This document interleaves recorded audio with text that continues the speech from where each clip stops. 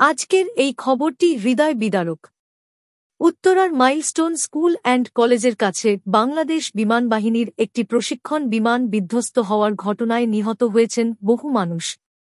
এদের মধ্যে ১৭ জনই শিশু, এমন মর্মান্তিক তথ্য জানিয়েছেন প্রধান উপদেষ্টার বিশেষ সহকারী, স্বাস্থ্য মন্ত্রণালয়, অধ্যাপক ডাক্তার মোহাম্মদ সাইদুর রহমান।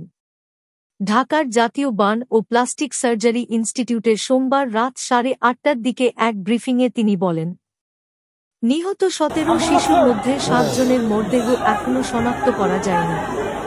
পরিচয় নিশ্চিত করতে ডিএনএ পরীক্ষার প্রয়োজন হবে। এই দুর্ঘটনায় আহত হয়েছেন অন্তত ৮৮ জন। তাদের মধ্যে ২৫ জনের অবস্থা আশঙ্কাজনক বলে জানিয়েছেন চিকিৎসকরা। প্রতিনিয়তই পাল্টে যাচ্ছে পরিস্থিতি, বাড়ছে উদ্বেগ।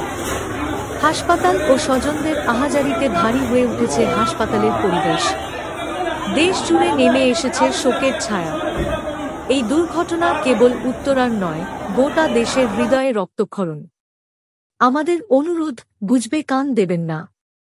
সঠিক তথ্যের জন্য চোখ রাখুন বিশ্বস্ত সংবাদ মাধ্যমে এবং প্রার্থনা করুন আহতদের দ্রুত সুস্থতার জন্য।